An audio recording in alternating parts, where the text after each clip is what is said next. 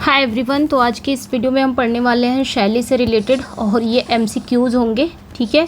अब मैं क्या सोच रही हूँ आपके पीजीटी वालों के लिए, स्पेशली ये पीजीटी वालों के लिए क्लास है। और जहाँ पे भी आपकी शैली हैं या आपके जीआईसी में भी शैली हैं तो सभी के लिए इम्पॉर्टेंट है। और ये वो थ्योरी क्लास नहीं है, ये एमसीक्यूज़ है, प्रैक्टिस है सिर्फ एक राइटर की।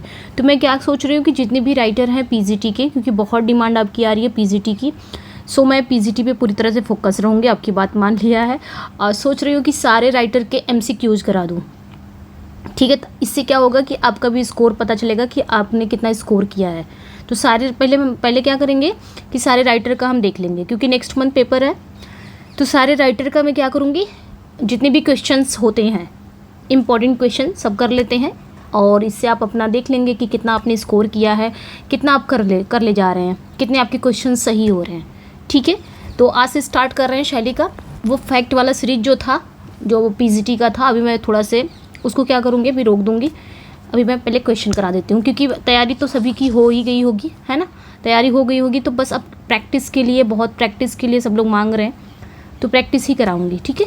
चलिए फिर स्टार्ट करते हैं एंड शैली से स्टार्ट करते हैं। सबसे पहले शैली का ही देख लेते हैं, देन उसके बाद मैं अब ये डेली क्लास एक लेके आऊँगी पीजीटी का। डेली एक क्लास कोशिश करूँगी कि डेली एक क्लास दूँ पीजीटी की, और आपके साथ साथ एलटी की भी चलेगी। तो एलटी की क्लास तो कल हो नहीं पाई थी। कल आपके टीजीटी की, मतलब टीजीटी ने क्या कराया था मैंने, हाँ शेक्सपियर का वो कोटेशन कराया था, तो वो तो सबके लिए हो गया है ना। तो एलटी की क्लास भी रुकी हुई है, 28 क्लास हो चुकी है जिसमें से अभी रुकी हुई है, तो वो भी मैं कराऊंगी जल्दी ही। और ये आपकी पीजीटी की भी क्लास होगी, क्योंकि नेक्स्ट मंथ है आपका पेपर। तो काफ़ी डिमांड आ रही थी कि मैम कराइए, काफ़ी रिक्वेस्ट किया जा रहा है, तो भाई इस तरह इग्नोर नहीं कर सकते ना, आप रिक्वेस्ट कर रहे हो। चलिए फिर स्टार्ट करते हैं, शैली के बारे में जानते हैं। इनसे क्वेश्चन जल्दी जल्दी करूँगी। इसमें ना टोटल 80 क्वेश्चन है, 80 क्वेश्चन है, और 80 क्वेश्चन में आप ना मुझे बताना कि कितना आपने स्कोर किया है 80 क्वेश्चन में। शैली से, सिर्फ शैली का कितना आपने स्कोर किया है, सेक्शन मतलब कमेंट सेक्शन में ज़रूर बताना। ठीक है। चलिए फिर स्टार्ट करते हैं और 80 क्वेश्चन करेंगे, जल्दी जल्दी करेंगे। Man is a boastful creature, first question है, man is a boastful creature, this is the theme of one of Shelley's work, find it out. तो ये एक थीम है, शैली के किस वर्क की थीम है ये हमें बताना है। ठीक है। तो मनुष्य जो है एक घमंडी प्राणी है, ये शैली के किस वर्क का थीम है ये बताना है। तो राइट आंसर यहाँ पे क्या हो जाएगा, ओzymandias। ठीक है। मैं राइट आंसर बताऊँगी, पूरा ऑप्शन भी नहीं पढ़ना हमें, जो आंसर है उसी पे जाएंगे। ओzymandias इनकी पोयम है। ये अगर मैं बात करूँ इसकी ओzymandias की, तो एक यात्री है, एक ट्रेवलर है, रेगिस्तान में एक टूटी हुई विशाल मूर्ति के वो जो अवशेष नहीं होते हैं वो देखता है। तो मूर्ति के पायदान पर लिखा होता है मेरा नाम ओzymandias है। ठीक है। यानी कि राजाओं का राजा, मेरे कामों को देखो। मतलब आगे उस पर और लिखा रहता है कि मेरा नाम ओzymandias है और राजाओं का राजा हूँ, मेरे कामों को देखो ए शक्तिशाली लोगों। ठीक है। और निराश हो जाओ। तो ये लिखा हुआ है उस पर, राजा के घमंड और अपनी शक्ति पर उसके अभिमान को दिखा रहा है कि किस तरह वो राजा जो ओzymandias था वो कितना घमंडी था। ठीक है। लेकिन अब उसकी जो विशाल मूर्ति थी वो खंडहर बन चुकी है और चारों ओर केवल क्या है, रेगिस्तान हो गया है। तो ये पोयम, मतलब इस पोयम के माध्यम से, इस पोयम के थ्रू से शैली ने यहाँ पे ये इंडिकेट करते हैं, ये संकेत देते हैं, ये संदेश देते हैं, मैसेज देते हैं कि जो ह्यूमन है, जो मनुष्य है और उसकी जो शक्ति है वो क्या है, मॉर्टल है, वो ख़त्म हो जाएगी। इसलिए घमंड का कोई मतलब नहीं है। बड़े से बड़े राजा भी, फकीर भी, राजा भी, सबको मरना है एक दिन। सबका क्या होगा, सब नश्वर हैं, सब मॉर्टल हैं, मरणशील हैं सब के सब। तो सबका एक दिन खात्मा होगा, कहने का मतलब ये है। और समय के सामने बड़े से बड़ा घमंड भी क्या हो जाता है, चूर हो जाता है। तो मैंने थोड़ा सा बात बता दिया है। चलिए, तो ये ओzymandias का है। ठीक है। आगे चलते हैं। शैली was alone the perfect singing god, his thoughts words deed all sang together, whose comment is this। बहुत टाइम के बाद मैं MCQs लेके आई हूँ। ठीक है। क्योंकि अब एग्ज़ाम नज़दीक है, नियर है ये एग्ज़ाम पीजीटी का, तो फिर अब हम MCQs ही करेंगे। तो शैली was alone the perfect singing god, his thoughts words deed all sang together, whose comment is this। ये किसका कमेंट है। ठीक है। अगर हम बात करें तो ये कमेंट किसका है, आपके स्विनबर्न का है, AC स्विनबर्न, ये नाम याद रखना है, इनका ही कमेंट है। और इनका पूरा नाम अगर हम देखें तो एल्गरनॉन चार्ल्स स्विनबर्न है, ठीक है। हम लोग इनको कहते हैं AC स्विनबर्न। तो अगर पूरा नाम भी आपने ध्यान रखना है, अगर इनका पूरा नाम पूछा जाए तो ये आपने ध्यान रखना है ALGERNON, एल्गरनॉन, ठीक है। चार्ल्स CHARLES, चार्ल्स स्विनबर्न, ये इनका फुल नेम है, ठीक है, ये ध्यान रखना है। तो स्विनबर्न जो है ना वो शैली के बहुत बड़े प्रशंसक थे, बहुत तारीफ़ करते थे। और इस स्टेटमेंट का मतलब ये हुआ कि शैली की जो पोइट्री है, जो उनके थॉट्स हैं, जो उनके लाइफ का एक दूसरे से पूरी तरह से जुड़े हुए थे। मतलब शैली की जो पोइट्री है, उनके जो थॉट्स हैं और उनका जो जीवन है वो एक दूसरे से पूरी तरह से जुड़ा हुआ था।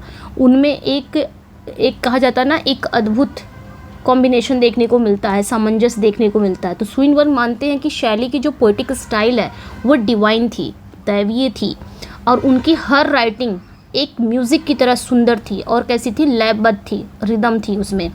तो यहाँ पे इन्होंने बताया, ठीक है। आगे चलते हैं, नेक्स्ट वन पे आएंगे। How many cantos did the revolt of Islam है? द रिवोल्ट ऑफ इस्लाम में कितने कैंटोज हैं? तो रिवोल्ट ऑफ इस्लाम ये शैली की एक नैरेटिव पोयम है, ठीक है, जो कितने कैंटोज में है? 12 कैंटोज में है, 12 कैंटोज में है, ठीक है। और ये पोयम लिबर्टी, लव और करप्शन के खिलाफ दिखाया गया, ठीक है। और इसे शैली ने स्पेंसर इन स्टैंजा में लिखा है, ये ध्यान रखना, ये इंपॉर्टेंट है। इसे शैली किसमें लिखे हैं? स्पेंसरियन स्टैंजा में लिखा है, ठीक है, ये ध्यान रखना है, जो कि एक पोएटिक स्टाइल है। चलिए नेक्स्ट पे आएंगे। अगला जो है, अगर हम बात करें इसमें, ठीक है, द सेंसी हैज़ की बात कर रहे हैं। अगर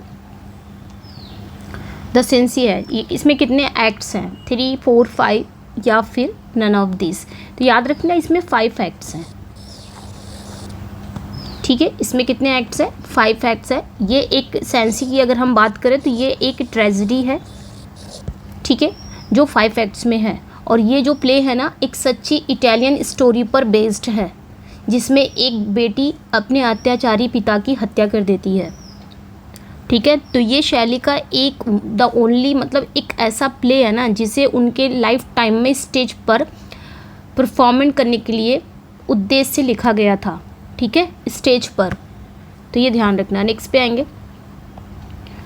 नेक्स्ट वन है, अगर हम बात करें Oedipus Tyrannus, 12 foot the tyrant is a tragedy in. तो ओडिपस टायरेंट जो है ये एक ट्रेजेडी है। ये कितने एक्ट में है? तो 2 एक्ट्स में है, ध्यान रखना है, 2 एक्ट्स में है ओडिपस टायरेनिस, जिसका सब टाइटल क्या है? 12 फुट द टायरेंट, ये इसका सब टाइटल है, ठीक है। ओडिपस टायरेनिस का ये सब टाइटल है, ओके, सब टाइटल है, ये ध्यान रखना है। और ये 2 एक्ट्स में है, 2 एक्ट्स में है, जो कि एक सैटारिकल ड्रामा है, सैटारिकल, ठीक है, सैटारिकल ड्रामा है ये ध्यान रखना है। ऑल्दो इसका नाम ना ग्रीक प्लेराइट सोफोकल्स के फेमस प्ले ओडिपस रेक्स जैसा लगता है ना, ओडिपस रेक्स जैसा लगता है, ठीक है। तो ये ध्यान रखना, सैटारिकल ड्रामा है ये आपने ध्यान रखना है। इसका सब टाइटल ये है 12 फुट द टायरेंट, ठीक है, और ओडिपस टायरेनिस। और हमको ये देख के लगता है किसकी याद आती है? ग्रीक प्लेराइट सोफोकल्स का जो फेमस प्ले है ओडिपस रेक्स जैसा लगता है। बट शैली ने ये प्ले उस टाइम के ब्रिटिश जो पॉलिटिकल घोटाले होते थे ना, उस पर एक तीखा सटायर किया है, ठीक है, स्पेशली किंग जॉर्ज IV और उनकी जो पत्नी थी क्वीन कैरोलिन के बीच विवाद पर। तो ठीक है, आगे बढ़ते हैं। How many parts does the sensitive plant have? ठीक है, तो यहाँ पे पूछा जा रहा है कितने जो सेंसिटिव प्लांट्स के कितने भाग हैं। तो याद रखना है, सेंसिटिव प्लांट जो है ये एक बहुत ही ब्यूटीफुल सिंबॉलिक पोयम है, जो मेनली अगर देखा जाए तो 3 पार्ट्स में है और एक कंक्लूजन में डिवाइडेड है। कितने पार्ट्स में है? 3 पार्ट्स में है और एक कंक्लूजन में डिवाइडेड है। जो इसका फर्स्ट पार्ट है वो एक खूबसूरत बागीचे और उसमें लगे हुए जो पौधे वगैरह हैं, छुई मुई का पौधा, उसके बारे में बताते हैं शैली, जब वसंत यानी कि जब स्प्रिंग का सीज़न आता है। पार्ट 2 में क्या बताते हैं? गर्मी की मौसम में बागीचे, जो बागीचा होता है ना, बागीचे की जो सुंदरता है उसके बारे में बताते हैं। और पार्ट थर्ड में क्या बताते हैं, विंटर के आगमन को बताते हैं कि जब विंटर आता है, जब सर्दियाँ आती है, और बागीचे का पतन और डेथ के बारे में बताते हैं। और लास्ट में एक कंक्लूजन रखते हैं जो ब्यूटी और मोर्टेलिटी के फिलोसफिक थॉट्स पर विचार करते हैं। तो ये ध्यान रखना है, ठीक है। नेक्स्ट पे आएंगे the sensi is. The sensi क्या है, अभी जस्ट मैंने बताया एक ट्रेजेडी है। ओके, द सेंसी क्या है, एक ट्रेजेडी है। आगे चलते हैं। फ्रॉम वेयर डिड शैली get the idea of writing the Prometheus unbound. तो शैली को द प्रोमीथियस अनबाउंड लिखने का जो आइडिया है वो कहाँ से मिला। तो शैली की ये जो प्रोमीथियस अनबाउंड है ना, ये लिखने की जो उनकी जो इंस्पिरेशन है कहाँ से मिला। एंशियंट, अगर बात करें एंशियंट ग्रीक प्लेराइट थे, उनका नाम था एस्किलस, है तो यहाँ पे लिखने की ज़रूरत नहीं है, एस्किलस, ठीक है। इनका भी एक प्ले था प्रोमीथियस बाउंड, वहाँ से मिला, ठीक है। तो ध्यान रखना है। तो यहाँ पे राइट आंसर क्या हो जाएगा, आपका ए करेक्ट हो। ओके, तो ये ध्यान रखना है यहाँ पे, अ प्ले बाय एस्किलस। ओके, मतलब एस्किलस की जो प्ले था प्रोमीथियस बाउंड, यहाँ से इंस्पिरेशन इनको मिली शैली को लिखने की, ये प्रोमीथियस अनबाउंड। एस्किलस की कहानी में प्रोमीथियस नाम का एक टाइटन को क्या कहा जाता है, ज्यूस, देवताओं का राजा, उनके द्वारा मानवता को आग देने के लिए सजा दी जाती है। तो शैली ने इस कहानी को आगे बढ़ाया और अपने प्ले में प्रोमीथियस की जो लास्ट मुक्ति है अत्याचार पर प्रेम की जीत को दिखाया है, ठीक है। नेक्स्ट पे आएंगे the Prometheus unbound has. The Prometheus जो है, ये द प्रोमीथियस अनबाउंड क्या है, ये कितने एक्ट्स में है। तो ये राइट आंसर यहाँ पे क्या हो जाएगा, प्रोमीथियस अनबाउंड में कितने एक्ट्स हैं। तो राइट आंसर यहाँ पे क्या हो जाएगा, 4 एक्ट्स, ठीक है। ये क्या है, एक लिरिकल ड्रामा है। प्रोमीथियस अनबाउंड क्या है, एक लिरिकल ड्रामा है, 4 एक्ट्स में है। इसे स्टेज पर परफॉर्म के लिए नहीं बल्कि रीड करने के लिए और इमेजिनेशन करने के लिए लिखा गया था, पढ़ने के लिए, कल्पना करने के लिए लिखा गया था। ये शैली की सबसे बोल सकते हो एम्बिशियस और फिलोसफिक राइटिंग में से एक मानी जाती है, जिसमें उन्होंने मानवता के उज्जवल भविष्य की कल्पना किया है। तो ये लिरिकल ड्रामा है, ऐसा ड्रामा जो स्टेज पर परफॉर्म करने के लिए नहीं लिखा जाता, ओनली पढ़ने के लिए लिखा जाता। तो इनका भी ये 4 एक्ट्स में आया था। नेक्स्ट में आएंगे I have dipped my pen in consuming fire for his destroyers. Here is Shelley talking about the editors who destroyed the reputation of Keats, find out the name of the reviews. तो ज़्यादा मैं इसको बताऊंगी नहीं क्योंकि हमें question ज़्यादा, number of question ज़्यादा है। अगर एक ही क्वेश्चन को इतना टाइम दूंगी तो काफ़ी वीडियो लेंदी हो जाएगी, ठीक है। तो ये किसका है रिव्यू, ये बताना है, ये रिव्यू किसका है। ओके, तो देखेंगे ये जो स्टेटमेंट है ना, क्या कहा जा रहा है, I have dipped my pen is consuming fire for his destroyers. मैंने अपनी कलम को उस डिस्ट्रॉयर्स के लिए, भस्म करने वाली आग में डुबो दिया है। Hair is Shelley talking about the editors. यहाँ पे शैली किस एडिटर्स के बारे में बात कर रहे हैं, वो destroyed the reputation of kids, जिसने किड्स की रेपुटेशन को तार तार कर दिया था, डिस्ट्रॉय कर दिया था। उस रिव्यूज़ का नाम हमें बताना है। तो the quarterly review and Blackwood magazine, ये ध्यान रखना है, ये था, ठीक है। इनका कहना है कि अगर किड्स की, ये लोग अगर किड्स की रेपुटेशन को डिस्ट्रॉय नहीं करते तो शायद किड्स की डेथ नहीं होती, यही रीज़न है किड्स की डेथ होने का। तो ये स्टेटमेंट शैली ने अपने दोस्त, अपने साथी जॉन किड्स की डेथ पर लिखा था। और अपनी इनकी एक, मतलब जॉन किड्स के डेथ पर इन्होंने एक एलेजी लिखी थी, उसका नाम एडोनिस था। तो एडोनिस के प्रीफेस में ये चीज़ें लिखी थी इन्होंने। शैली का मानना था कि किड्स की अनटाइमली डेथ के कारण उस समय की 2 फेमस मैगजीन थी, एक का नाम क्वार्टरली रिव्यू था और एक का नाम ब्लैकवुड मैगजीन था। इन्हीं दोनों के द्वारा किड्स की पोयम की गई कठोर आलोचना अपमानजनक की वजह से हुआ। तो शैली इन क्रिटिक्स से बेहद नाराज़ थे और उन्होंने अपनी कलम को भस्म करने वाली आग बताकर उनके प्रति अपने गुस्से को दिखाया है, ठीक है। The scenes of Oedipus Tyrannus are laid in. तो ऑडिपस टायरेनस के सीन कहाँ लेड है, कहाँ स्थित हैं, ये बताना है, ठीक है, कहाँ पे हैं। तो शैली का ये एक सटारिकल प्ले है जिसे स्वेल फुट द टायरेंट भी कहा जाता है। सब टाइटल अभी हमने ऊपर पढ़ा इसके बारे में, ठीक है।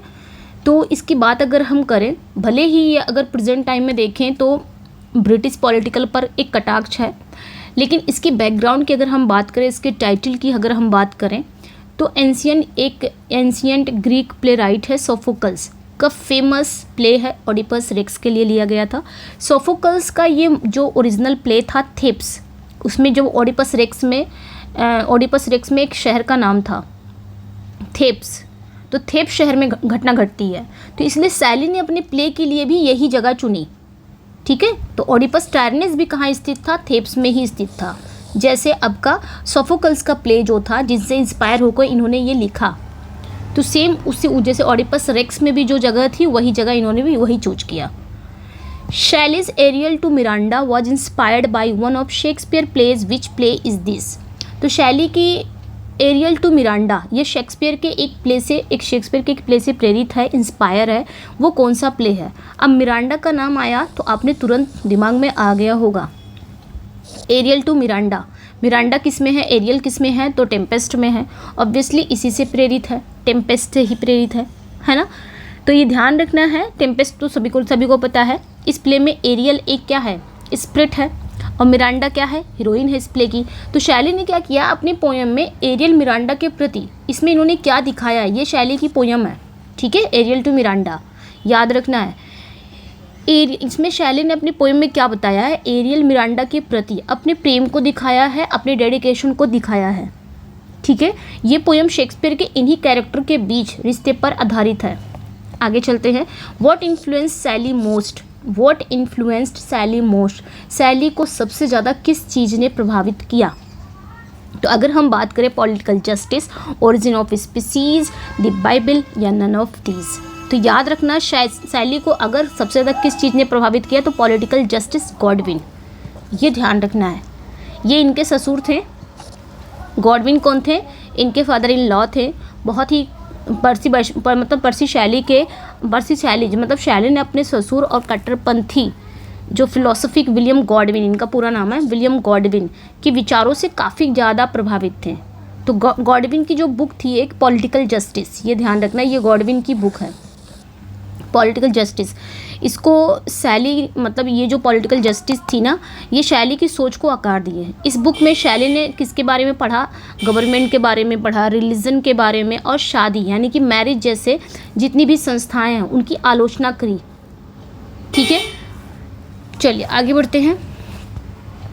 अगर बताना है तो बहुत कुछ बताना है, लेकिन कितना टाइम है, एक क्वेश्चन पे इतना टाइम लगेगा क्योंकि MCQs है।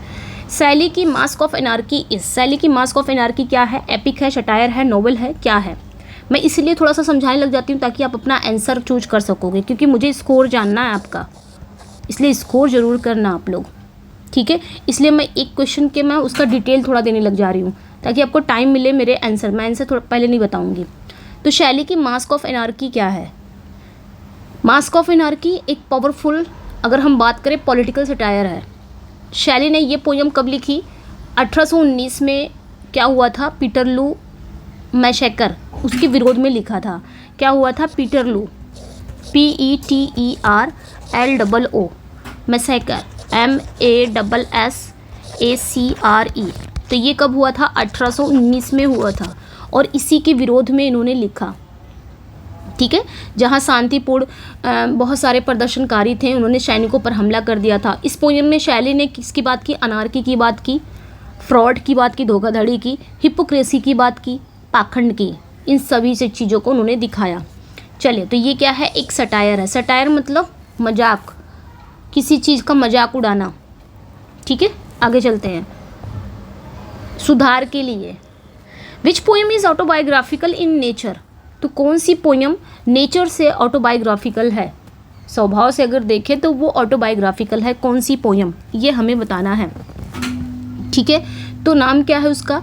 अगर हम बात करें, शैली की बहुत इंपॉर्टेंट पोयम है जिसे काफ़ी हद तक ऑटोबायोग्राफिकल माना जाता है। इसमें एक युवा है, एक यूथ है, एक यूथ पोएट जो खुद शैली ही है। ऐसा लगता है कि शैली का ही सिंबल है वो। ठीक है, वो आदर्श सौंदर्य की तलाश में भटकता है। ठीक है, और ये है क्या? ये आपका अलास्टर, ये ध्यान रखना है। अलास्टर, जिसका दूसरा नाम Alastor, the spirit of solitude, the spirit of solitude. चलिए नेक्स्ट पे आएंगे। The narrative poem of mystery and suspense is, तो अगर बात करें हम, नैरेटिव पोयम है जो मिस्ट्री और सस्पेंस से है। ऐसी कौन सी पोयम है जो मिस्ट्री एंड सस्पेंस से भरी हुई है? तो अगर बात करें, ये एक ना इमेजिनेशन से है, एक मिस्टीरियस पोयम है, नैरेटिव पोयम है। ये एटलस के पहाड़ों पर रहने वाली एक खूबसूरत, एक मिस्टीरियस विचेस की कहानी बताते हैं, यानी कि जादूगरनी की कहानी बताती है, जो अपनी गुफा में अजीब और जादुई चीज़ें बनाती है। तो ये जो पोयम है ना, ये पोयम मतलब पोयम की पूरी शैली और कहानी में एक रहस्य दिखाया गया है, मैजिक दिखाया गया, रोमांच का माहौल है। तो उसे क्या कहेंगे? The witches of Atlas. ये विचेस ऑफ एटलस के बारे में ही बात हो रही है, जो कि बहुत मिस्टीरियस और सस्पेंस ये पोयम है, नैरेटिव पोयम है। नेक्स्ट पे आएंगे, Julian and Maddalo reveal the bitter cynicism of Count Maddalo. ठीक है, this cynicism is reflected closely in Lord Byron's views. Julian reflect atheism and faith in the potentialities of man. The view of Julian is reflected in. तो यहाँ पे क्या बात हो रही है कि जूलियन और मेडालो काउंट मेडालो के कड़वे निराशावाद को उजागर करती हैं। और ये जो निराशावाद है, ठीक है, ये निराशावाद लॉर्ड बायरन के विचारों में बहुत अच्छे से देखने को मिलता है। तो जूलियन जो है, जूलियन की अगर हम बात करें, ठीक है, जूलियन क्या है? एथिस्ट और मनुष्य की कैपेबिलिटी के विश्वास को दिखाता है। तो जूलियन का अगर हम देखें एटीट्यूड, दृष्टिकोण, वो किससे है? तो शैली खुद ही है। जूलियन कौन है? यहाँ पे पूछा जा रहा है जूलियन है कौन? जो कि जूलियन भी क्या है? एथिस्ट है, बिल्कुल मानता नहीं है ईश्वर में, वो भी एक एथिस्ट है। तो किसके, ये जो कैरेक्टर का स्वभाव है वो किससे मिल रहा है? शैली खुद है। ठीक है, शैली से मिल रहा है, क्योंकि शैली भी क्या थे? एथिस्ट ही थे। जूलियन एंड मेडालो की अगर हम बात करें, जूलियन एंड मेडालो और कॉन्वर्सेशन, ये पूरा टाइटल है इसकी, जूलियन एंड मेडालो और कॉन्वर्सेशन। ये एक ऐसी पोयम है ना जो वेनिस में शैली और उनके दोस्त कौन थे? लॉर्ड बायरन, उनके बीच एक ना कॉन्वर्सेशन हुई थी, एक बातचीत पर आधारित है। इस पोयम में कैरेक्टर जो जूलियन है वो खुद सैली हैं। जो जूलियन है ये खुद क्या है? सैली ही हैं। ठीक है, ये खुद सैली ही हैं जो जूलियन है। और उनके जो मतलब ये आशावादी, नास्तिक भी थे और आदर्शवाद विचारों को दिखाता है। वहीं पे काउंट मेडालो कौन है? ये थोड़ा सा निराशावादी है, रियलिस्टिक कैरेक्टर लॉर्ड बायरन पर आधारित है। वहीं पे ये जो काउंट मेडालो है ये कौन है? इसका भी जो स्वभाव है, जो कैरेक्टर है, वो किससे मिलता है? लॉर्ड बायरन से मिलता है। चलिए नेक्स्ट पे आएंगे। Which year had been a year of happenings for Shelley? This year was when Alastor was published, Harriet died and Shelley married Mary Godwin. तो शैली के लिए वो कौन सा ईयर जो घटनाओं का वर्ष रहा है? ठीक है, ईयर ऑफ हैपनिंग्स रहा है। इसी ईयर अलास्टर भी पब्लिश हुई और हैरियट की डेथ भी हुई, और सैली ने इसी ईयर मैरी गॉडविन से शादी भी कर ली। और मैंने पढ़ाया है सैली के बारे में, मैंने पढ़ाया है, ये जो LT की हमारी चल रही है क्लासेस, उसमें मैंने पढ़ाया है। ठीक है, बायोग्राफी में पढ़ाया है। तो 1816, ये ध्यान रखना है, 1816 में क्या क्या चीज़ें होती हैं। 1816 में क्या चीज़ें होती हैं? ठीक है, अलास्टर भी पब्लिश होता है, इनकी जो फर्स्ट वाइफ थी हैरियट, उनकी डेथ हो जाती है, और शैली अपने जो मैरी गॉडविन है, मैरी शैली, उनसे शादी कर लेते हैं। तो 1816 में इतनी सारे इनके तूफ़ानी और इम्पोर्टेंट मोड़ आते हैं, और इसी ईयर उनकी सबसे बड़ी पोएम अलास्टर भी पब्लिश होती है। तो ध्यान रखना है। और इनकी पहली बीबी का नाम क्या था? Harriet Westbrook. ठीक है, हैरियट वेस्टब्रूक।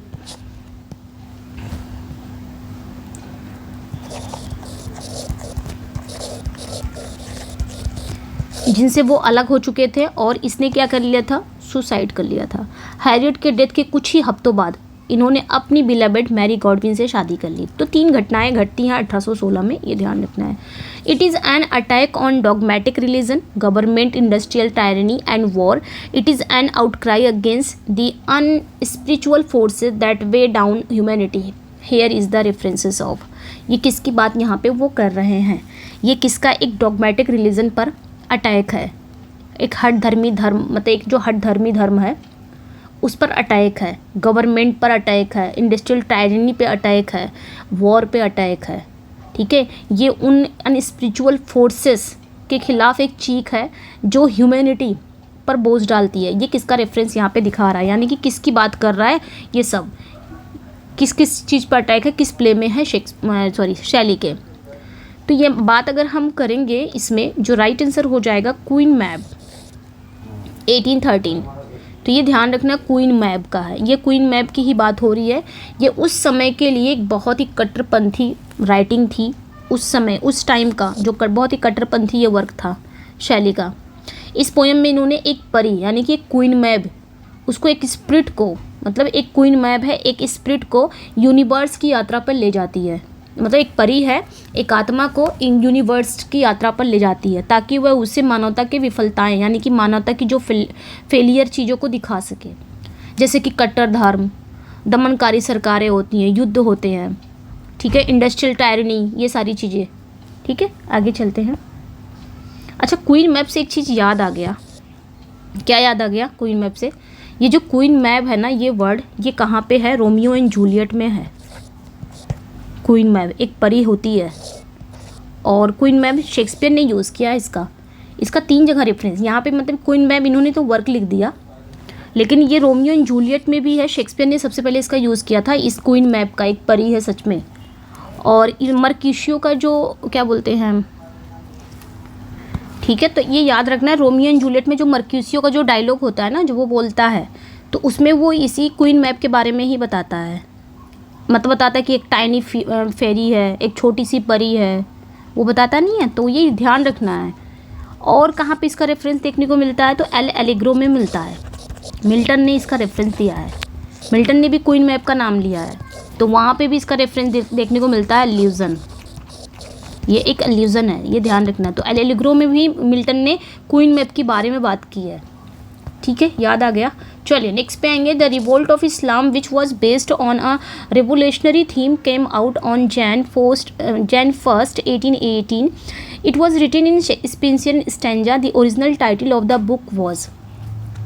ठीक है, इसकी बात करेंगे हम। ये किसकी बात कर रहा है? ठीक है, द रिवोल्ट ऑफ इस्लाम जो है वो क्या है? एक रिवोल्यूशनरी थीम पर है, पूरी तरह से बेस्ड है रिवोल्यूशनरी थीम पर। और 1 जनवरी 1818 को ये सामने आई थी, केम आउट हुआ था। ये स्पेंसर इन स्टैंजा में भी लिखी गई है। और इस बुक का जो ओरिजिनल टाइटल है वो क्या है, ये पूछा जा रहा है। इतने सारे देखिए मेरे क्वेश्चन, यहाँ पे क्वेश्चंस में आप देखोगे कितने फैक्ट हैं।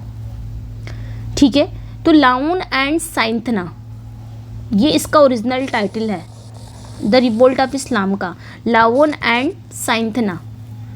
ठीक है, the revolution of the golden city, इसका पूरा नाम अगर हम देखें तो लाओन एंड साइंथना द रिवोल्यूशन। ठीक है, मैं एक्स्ट्रा इसलिए बता रही हूँ, हो सकता है यहाँ से क्वेश्चन आ जाए और आपका कुछ हेल्प हो जाए, बस और कुछ नहीं है। ऑफ द गोल्डन सिटी है तो क्वेश्चन ही ना, MCQs, ज़रूरी थोड़ी ना कि MCQs आ जाएगा, तो हो सकता है कहीं से भी आ जाए। तो लाओन एंड सिंथना, ये पूरा टाइटल था, Laon and Cythna or the revolution of golden city. ठीक है, ये ध्यान रखना है। आते चलते हैं, अभी इसमें ज़्यादा बात नहीं करेंगे। Adonis is in. एडोनिस जो एक क्या है? पेस्टोरल एलेजी है, अक्सर पूछा जाता है हाँ एग्ज़ाम में। पेस्टोरल एलेजी कौन सी है? तो मिल्टन की लिसिडस है। ठीक है, और क्या, और कौन सी है? एडोनिस है। ये किसकी है? PB शैली की है। और कौन सी है? और थायरिसिस है, थायरिसिस है। ठीक है, तो ये है, ये किसका है? मैथ्यू आर्नोल्ड का है। तो लिसिडस इन्होंने एडवर्ड किंग पर लिखा, एडवर्ड किंग के डेथ पर लिखा, इन्होंने कीट्स के डेथ पे लिखा, और इन्होंने आर्थर ह्यू क्लूके। ठीक है, क्लूके। तो ये तीनों, मेरा कहने का मतलब ये तीनों क्या है? ये तीनों पेस्टोरल एलेजी है और अक्सर करके एग्जाम में ये पूछा जाता है। खैर आते हैं क्वेश्चन पे। एडोनिस क्या है? और अच्छा, एक से साथ वो भी दे देगा, जो थॉमस ग्रे की elegy written in a country churchyard है, वो भी दे देगा। तो वो एलेजी है, वो एलेजी है, नॉट पेस्टोरल। पेस्टोरल नहीं है, एलेजी ओनली है। तो ये तीनों पेस्टोरल है। पेस्टोरल का मतलब क्या हो गया? ग्रामीण चीज़ें तो दिखाएगा, साथ में जो पोएट है, जैसे कि मिल्टन है, मिल्टन ने एडवर्ड किंग के लिखा, तो मिल्टन खुद एक शेफर्ड के रूप में अपने आप को बताएंगे और एडवर्ड किंग को भी एक शेफर्ड के रूप में बताएंगे। तो शेफर्ड वर्ड जरूर आ जाता है। पेस्टोरल मतलब ही शेफर्ड होता है, पेस्टर मतलब, तो शेफर्ड वर्ड जरूर आएगा, इसलिए पेस्टोरल हो जाता है। ठीक है, आते हैं क्वेश्चन पे आए। तो एडोनिस क्या है? एडोनिस अगर हम बात करें ये किस स्टैंजा में है, अगर देखें इज़ीन है ना, ये किस स्टैंजा में, जो कि एक क्या है, ये एक पेस्टोरल पोयम है, पेस्टोरल एलेजी है। और किस स्टैंजा में है? तो राइट आंसर यहाँ पे क्या हो जाए? तो स्पेंसर स्टैंजा में लिखा गया है, ठीक है, जो कीट्स के डेथ पर लिखा गया है, जो कि एक एलेजी है, पेस्टोरल एलेजी है, स्पेंसर स्टैंजा में लिखा गया है। ओके, ये ध्यान रखना है। और ये 16वीं सेंचुरी के पोएट एडमंड स्पेंसर ने अपनी ये जो स्पेंसर स्टैंजा कहाँ से निकला है, अगर हम इसकी बात करें तो ये 16वीं सेंचुरी के पोएट थे एडमंड स्पेंसर। उनकी एक एपिक थी द फेयरी क्वीन, उसके लिए बनाया गया, तो उन्होंने सबसे पहले वहाँ पे यूज़ किया है स्पेंसर स्टैंजा, ठीक है। यानी कि इसमें 9 लाइन होती है, अगर इसकी बात करें तो इसमें 9 लाइन होती है। और इसमें जो इसकी जो बात करें 9 लाइन होती है, और इसमें जो 8 लाइन होती है ना, वो आयम्बिक पेंटामीटर में होती है। और लास्ट की जो लाइन है, यानी कि 9वीं लाइन है, जिन्हें अलेक्जेंड्राइन कहा जाता है, वो आयम्बिक हेक्सामीटर में होती है, थोड़ा और आगे बढ़ा दिया जाता है। तो ये ध्यान रखना है। इसकी राइमिंग स्कीम बड़ी इंपॉर्टेंट है।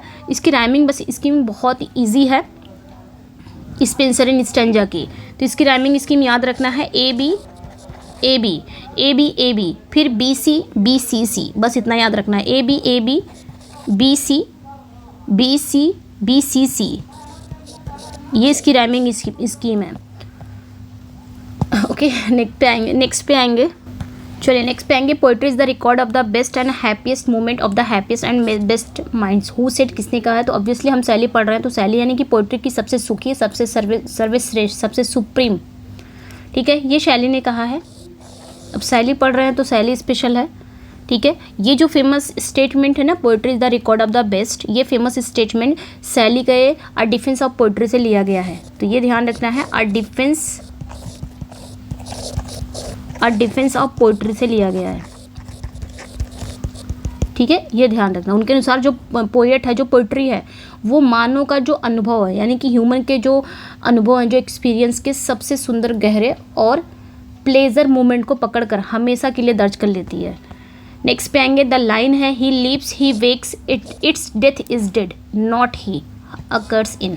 ये लाइनें आपको कहाँ पे मिलेगी? वो जीता है, वो जागता है, डेथ मरी है, वह नहीं, मतलब डेथ की डेथ हुई है लेकिन वह नहीं मरा है। कौन है ये? तो एडोनिस की लाइन है, ठीक है, ये ध्यान रखना है, ये एडोनिस की लाइन है। और इसमें एक पार्ट में ये जो पोयम है ना, इसका जो बहुत सारा पार्ट जो है वो कीट्स की डेथ पर ही शोक व्यक्त किया जा रहा है।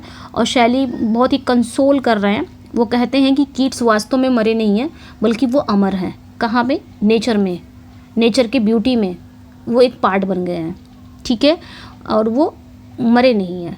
असल में डेथ की डेथ हुई है, यानी कि मौत स्वयं मर चुकी है, क्योंकि वो कीट्स को, अमर आत्मा को छू नहीं सकती, ठीक है, ऐसा कुछ कहते हैं।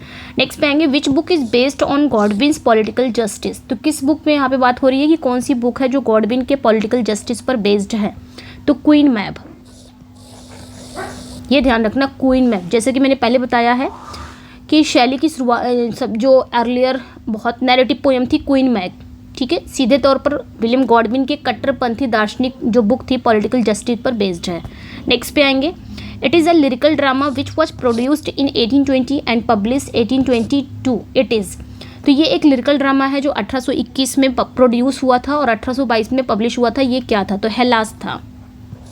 ये क्या है? ये क्या है? एक हेलास है। हेलास ये एक लिरिकल ड्रामा है। ये भी हेलास भी क्या है? एक लिरिकल ड्रामा है, जिसे शैली ने ऑटोमन एम्पायर के खिलाफ जो ग्रीक के लिबर्टी संग्राम से प्रेरित होकर लिखा था। आगे चलते हैं, थोड़ा जल्दी अब करेंगे यहाँ से। It is a pastoral elegy on the death of Keats modelled on the Bion's Adonis and, ठीक है, एडोनिस एंड मॉस्कस के lament for Bion find it out. मतलब ये कीट्स की डेथ पर लिखा गया एक पेस्टोरल एलिजी है जो बायोन के, एडोनिस और मास्कस के लेमेंट फॉर बायोन पर आधारित है। ये क्या है? तो एडोनिस है, ठीक है, ये ध्यान रखना है। तो ये जो एडोनिस है ना, ये एक पेस्टोरल एलिजी है स्पेशली, और जिसमें पोएट जो है, मैंने बताया जैसे कि अभी ऊपर बताया कि पेस्टर का मतलब होता है शेफर्ड, तो जिसमें पोएट होता है वो शेफर्ड का रूप ले लेता है, धारण कर लेता है, और अपने साथी को भी, जो यानी कि जिसके डेथ पर वो विलाप कर रहा है, उसको भी शेफर्ड बना देगा। तो इसमें नेचर भी शोक में शामिल होती है। शैली ने इस पोयम में जो एंशियन ग्रीक पोएट्स हैं, बायोन, ठीक है, बायोन एंड मास्कस, ठीक है, sorry masks,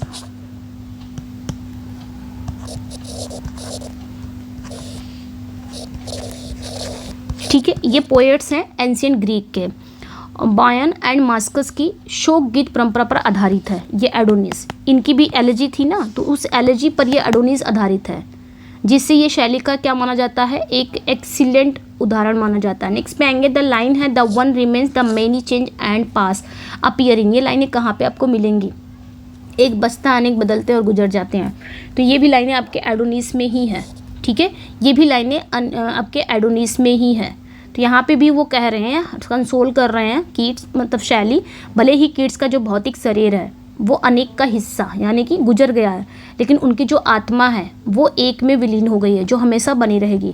this poem of Shelley is an unfinished poem, Hazlitt describe it as new and terrific dance of death, find it out. तो शैली की ये जो पोएम है ना, ये एक अनफिनिश्ड पोएम है। तो हैजलिट इसे क्या कहते हैं, हैजलिट इसे डिस्क्राइब कर रहे हैं कि ये क्या है, ये डांस ऑफ डेथ, और क्या कह रहे हैं, टेरिफिक, ठीक है, टेरिफिक डांस बताते हैं। ये कहते हैं कि ये क्या है, टेरिफिक डांस ऑफ डेथ बता रहे हैं किस पोएम को, जो कि अनफिनिश्ड है। तो ये ध्यान रखना है, Triumph of life, the Triumph of life, इसे ही हैजलिट कहते हैं, ठीक है। मतलब ये अगर बात करें ट्रायम्फ ऑफ लाइफ, ये लास्ट पोएम है शैली की, जिसे शैली ने अपने डेथ से ठीक पहले लिख ही रहे थे, वो कंप्लीट नहीं कर पाए क्योंकि उनकी डेथ हो गई, और लिख रहे थे, और ये अनफिनिश्ड रह गई, जिसमें उन्होंने जीवन को एक रथ के रूप में दिखाया है, इसमें ट्रायम्फ ऑफ लाइफ में, ठीक है। जीवन को कहा है कि एक रथ है, जो रथ होता है, जो अपने रास्ते में आने वाले सभी लोगों को क्या कर देता है, कुचल देता है, ठीक है। तो ये दिखाता है कि संसार, जो सांसारिक जीवन है, वो कैसे मानवीय, जो ह्यूमन की जो आत्मा है, जो स्पिरिट को भ्रष्ट और नष्ट कर देता है। तो ये एक फेमस जो क्रिटिक थे विलियम हैजलिट, इन्होंने क्या किया, इसकी ना बहुत ही पावरफुल और टेरिफिक कल्पना के कारण इसे क्या कहा कि टेरिफिक डांस ऑफ डेथ कहा। इम्पॉर्टेंट है, ध्यान रखना है यहाँ तक। नेक्स्ट पे आएंगे, द लाइन है I am the daughter of earth and water appears इन। ये लाइनें कहाँ पे आती हैं, I am the daughter of, मतलब मैं पृथ्वी और जल की बेटी हूँ, किस में आती है लाइनें, तो द क्लाउड में आती है लाइनें। क्लाउड भी शैली का ही वर्क है। ये पूरी पोएम में, इस पूरी पोएम में जानते क्या करते हैं, ये पूरी पोएम एक बादल ही अपनी कहानी सुनाता है। तो एक बादल को इन्होंने इस क्लाउड नाम दिया ना, यही कैरेक्टर है, यही प्रोटागनिस्ट है इसका, ये खुद ही प्रोटागनिस्ट है, ठीक है, यही है, और यही अपनी कहानी बताता है। इसको ना पर्सोनिफाई कर दिया है इन्होंने। अब बादल तो नॉन लिविंग चीज़ है ना, लेकिन ये अपनी कहानी कैसे बताएगा, तो इन्होंने क्या किया है, पर्सोनिफाई कर दिया है, ठीक है। तो ये ध्यान रखना, बादल कहता है, अपनी कहानी बताता है कि उसका जन्म पृथ्वी और जल से होता है, तो कहता है मैं पृथ्वी और जल की बेटी हूँ, ठीक है। मतलब वो बारिश लाता है, तूफान लाता है, भले ही वह बदलता है और गायब होता दिखता है, पर वो कभी मरता नहीं, बल्कि हमेशा एक नए फॉर्म में वापस आ जाता है। तो ये नेचर का क्या है, एक इटर्नल, क्या बोल सकते हैं, साइकिल का सिंबल है। नेक्स्ट पे आएंगे, make me thy lyre even as the forest is, these lines appearing. ये लाइनें कहाँ पे आती हैं, मुझे अपनी वीड़ा बना लो, जैसे कि जंगल को बनाया है, मैंने पढ़ाया इस पोएम को, make me thy lyre even as the forest. तो ये फेमस लाइन ना ode to the west wind में आती है, ठीक है, जहाँ वो हवाओं से कहते हैं, उस वेस्ट विंड से कहते हैं, प्रार्थना कर रहे हैं, ठीक है, मैंने पढ़ाया है। नेक्स्ट पे आएंगे, लाइफ में change but it may fly not, hope में vanish but can die not. तो दीज लाइन्स आर फ्रॉम, ये लाइनें कहाँ पे आती हैं, जीवन बदल सकता है पर उड़ नहीं सकता, आशा मिट सकती है पर मर नहीं सकती। ये लाइनें आपकी कहाँ पे आती हैं, तो हेलास में आती हैं। कहाँ पे, हेलास में। जल्दी कर लेते हैं, क्योंकि अगर मैं इसको एक्सप्लेन करूँगी ना तो बहुत टाइम चला जाएगा, और ये MCQs है, इसमें क्या ही एक्सप्लेन करना।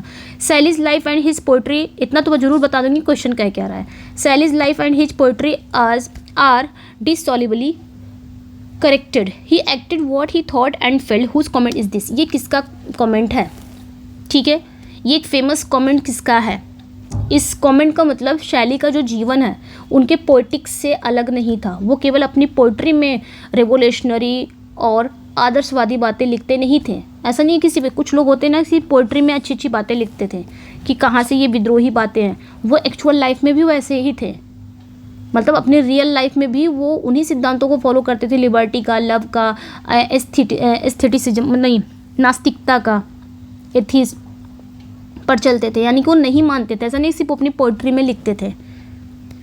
ठीक है, नेक्स्ट पे आएंगे। तो किसने कहा है, तो ये ध्यान रखना है, इनका नाम है कॉम्पटन रिकेट। ये नाम आपने याद रखना है, कॉम्पटन रिकेट।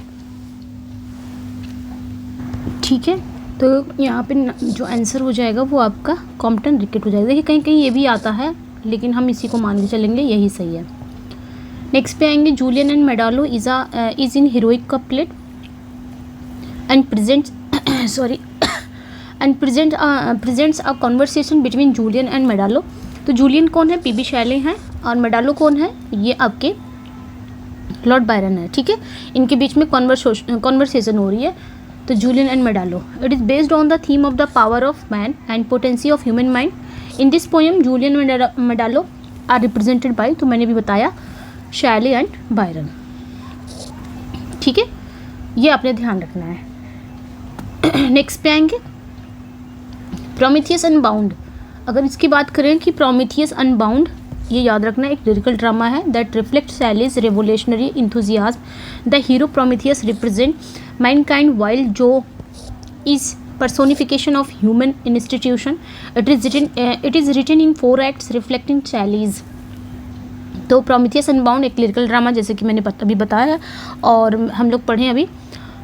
ठीक है, तो ये एक लिरिकल ड्रामा है और जो शैली के रिवोल्यूशनरी उत्साह को दिखाता है। ठीक है, 4 एक्ट में लिखा गया है। शैली की किस प्यास को दिखाता है, कौन सी प्यास को दिखाता है, पावर, लिबर्टी या नॉलेज। तो थर्ड थ्रस्ट ऑफ लिबर्टी, इस चीज़ को, इस उत्साह को, इस प्यास को दिखाता है।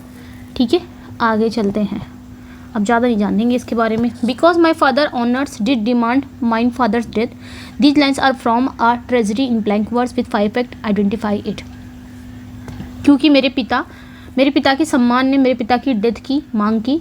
ये लाइनें कहाँ पे आती हैं, तो द सेंसी में आती हैं। कहाँ पे आती हैं, द सेंसी की लाइनें हैं। ठीक है, ध्यान रखना है, द सेंसी की लाइन है और ये एक ट्रेजेडी है, ब्लैंक वर्ड्स में लिखी गई है, 5 फैक्ट में है। कितने ही फैक्ट हैं यहाँ पे देख सकते हो आप क्वेश्चन में, कितने फैक्ट हैं। ओके, द सेंसी, ये आपने ध्यान रखना है। इसमें क्या है ना, ये जो सेंसी है, ये जो शब्द है ना, ठीक है, द सेंसी से लिया ही गया है। कहीं कहीं सेंची भी पढ़ा जाता है, सेंसी भी पढ़ा जाता है, सेंची भी पढ़ा जाता है।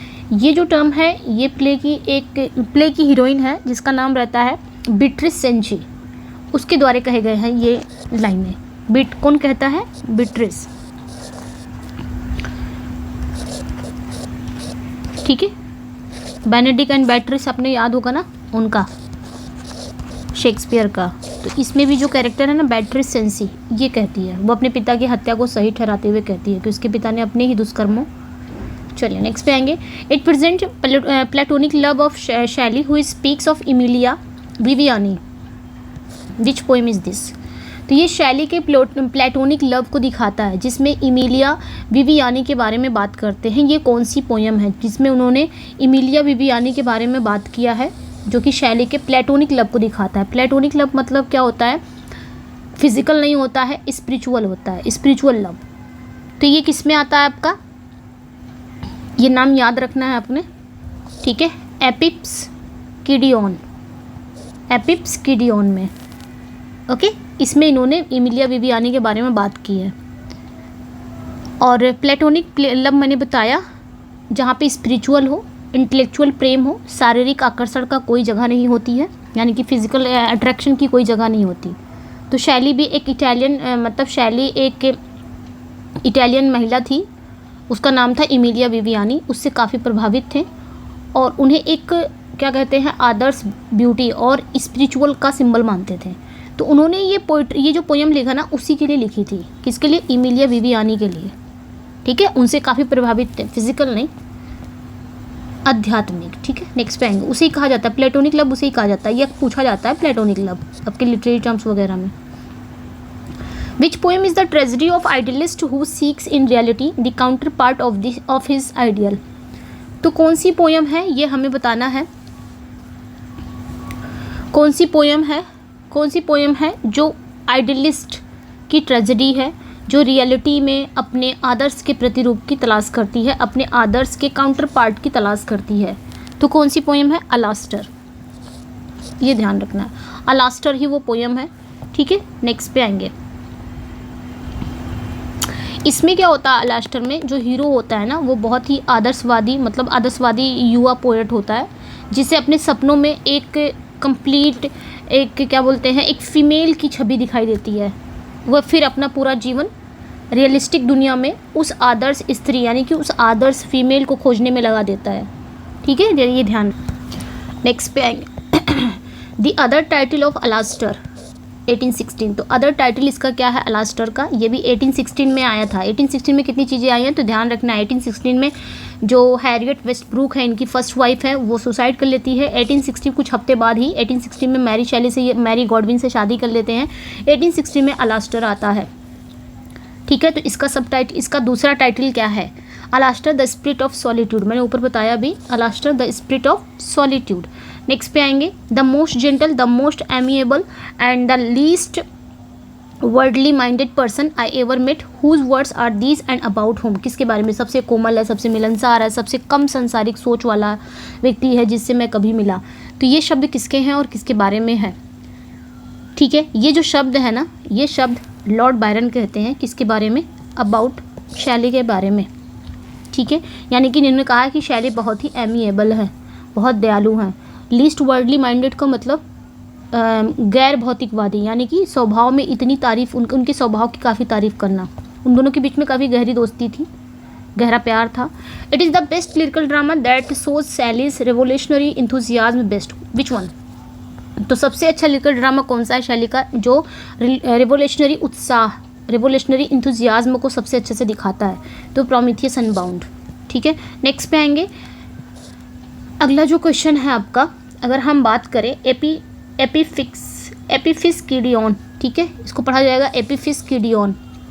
तो एपिफिस्किडियन सेलिब्रेट, ये किस चीज़ का सेलिब्रेट करता है? प्लेटोनिक लव का। ऊपर अभी हमने पढ़ा ना, जिसमें उन्होंने किसके बात की है? अभी हमने ऊपर पढ़ा, प्लेटोनिक लव के बारे में बात होती है। और इमिलिया बिबियानी के बारे में उन्होंने लिखा है, जो कि एक इटालियन महिला थी, जिन्हें वो आध्यात्मिक रूप से अपनी संगनी मानते थे, फिजिकल नहीं। ठीक है, नेक्स्ट पे आएंगे। Adonis is a threnody over the death of the poet. जैसे कि मिल्टन का जो लिसिडास है वो मोनोडी है, जिसमें स्पीकर मोनोडी और थ्रेनोडी मतलब मोर देन टू हो जाते हैं। मोनोडी मतलब सिंगल, जिसमें सिंगल हो, जैसे कि मिल्टन है। तो मिल्टन की जो लिसिडस है वो एक मोनोडी है, स्पीकर भी एक ही है। और ये एडोनिस क्या है? Threnody over the death of the poet. तो एडोनिस किस पोएट के डेथ पर एक थ्रेनोडी है? तो थ्रेनोडी ये आपके कीट्स के, ठीक है, कीट्स के मतलब ये एक एलेजी है, उन्हीं के विलाप, मतलब एक लेमेंट सॉन्ग है, जो किसी की डेथ पर दुख व्यक्त करना, ये एलेजी है। ठीक है, और शैली की ये फेमस वर्क है एडोनिस, ये ध्यान रखना है। उनकी अनटाइमली डेथ हो गई है, ये एक थ्रेनोडी है। ठीक है, Wordsworth found and Shelley lost himself in nature, whose comment is this. ये किसका कमेंट है? वर्ड्सवर्थ ने खुद को नेचर में पाया और सैली ने खुद को नेचर में खो दिया। ये किसका कमेंट है ये बताना है। वर्ड्सवर्थ ने खुद को नेचर में पाया और सैली ने खुद को नेचर में खो दिया। ठीक है, तो किसने कहा था? W.J. लॉन्ग ने। ये ध्यान में, यहाँ पे जो क्वेश्चन था ना, अभी हमने किया ना, एक मिनट, काफ़ी ऊपर चला गया ना, एक मिनट। ये जो क्वेश्चन है ना, देखिए इसका आंसर ये भी मिलता है, क्योंकि अगर अब मैंने बहुत सारा चेक किया तो कहीं कहीं इसका आंसर आया है, बट इसका आंसर ज़्यादा आ रहा है। ठीक है, इन्होंने ही कहा है, लेकिन इस पर मैं फिर से आपको बता दूंगी इसका सही आंसर क्या है, क्योंकि कन्फ्यूज़न है, कई जगह इसका आंसर आता है। ठीक है, तो यहाँ पे लेकिन ज़्यादा आंसर इसी को मिला है कि कैप्टन रिकेट ने ही बात कही है, लेकिन फिर भी मैं इसको चेक करूँगी, क्योंकि डाउटफुल क्वेश्चन है तो हम आंसर नहीं बताएंगे इसका कि यही आंसर होगा। ओके, चलिए अब आते हैं नेक्स्ट पे। अगर आप लोगों को पता होगा तो बिल्कुल बताना, मैं तो कंफ्यूज हो रही हूँ।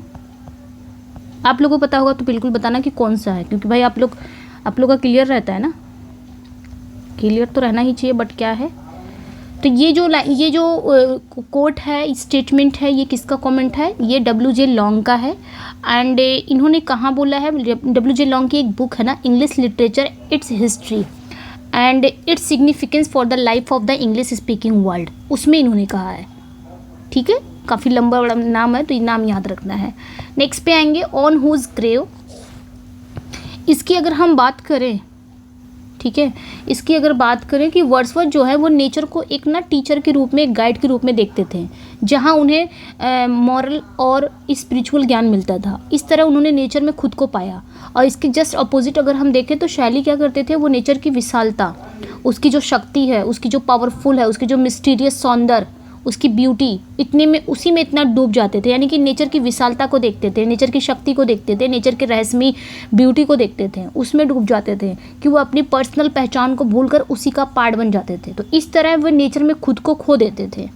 तो यहाँ पे इन्होंने ये बात कही है।